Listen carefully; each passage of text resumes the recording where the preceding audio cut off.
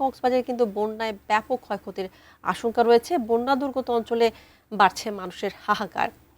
যুক্ত হচ্ছেন কক্সবাজার প্রতিনিধি অর্পণ বড়ুয়া। অর্পণ, বন্যা কবলিত এলাকায় ত্রাণ তৎপরতা শুরু হয়েছে কিনা এ বিষয়ে একটু জানতে চাইবো আপনার কাছে।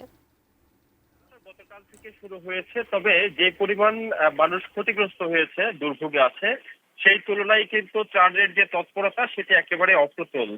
কক্সবাজারের চকরিয়া, পেকুয়া, মাতামুহুরী, রাবু, দক্ষিণ বিটাচুরি সহ বিভিন্ন বিস্তীর্ণ এলাকা একেবারে মানুষের বসত বাড়ি ভেসে গিয়েছে এই বন্যার জলে। আমরা এই মুহূর্তে রয়েছি কক্সবাজারের রাবুর এভারেস্ট টিচিং ইনস্টিটিউটে। আপনি নিশ্চয়ই এই স্কুলের সামনে আপনি দেখতে পাচ্ছেন হাঁটু সমান পানি।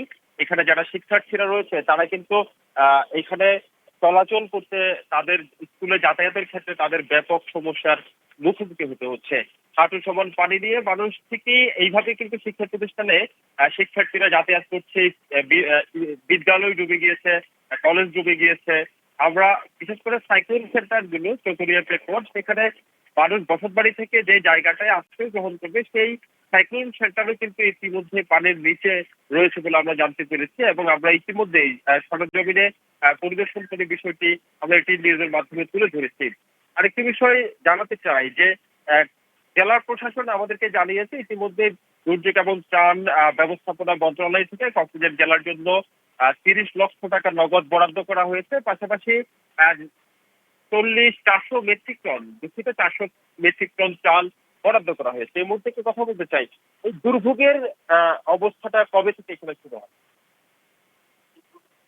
মূলত আমরা এই এখানে টানা বৃষ্টিতে বিভিন্ন এখানে পানি জমা থাকে, পানি জমা থাকে, তখন এখানে যাতায়াতের জন্য সুবিধা হচ্ছে, হচ্ছে আছে।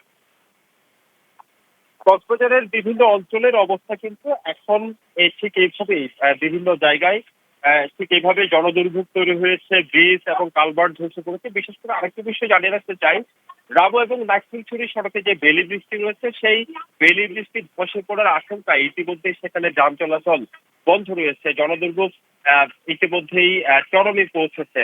কক্সবাজারের বিশেষ করে আমরা গতকাল সারাদিন ছিলাম চকরিয়ার, চকরিয়ার বিভিন্ন ইউনিয়নের লক্ষাচর, কাকারা এবং পেকুয়ার মেহেরনামা এলাকায়। সেখানেও আমরা দেখেছি গতকাল মানুষের যে পরিমাণ হাহাকার, টানা 3 থেকে 4 দিন ধরে আসলে রান্নার চুলো জ্বলছে না ছোট ছোট মানুষের, এবং সেখানে রান্না করা খাবার খাওয়ার যে দুঃস্বপ্ন সেটি কিন্তু মানুষের দুঃস্বপ্ন বলা যায়। ঠিক এই মুহূর্তে আমরা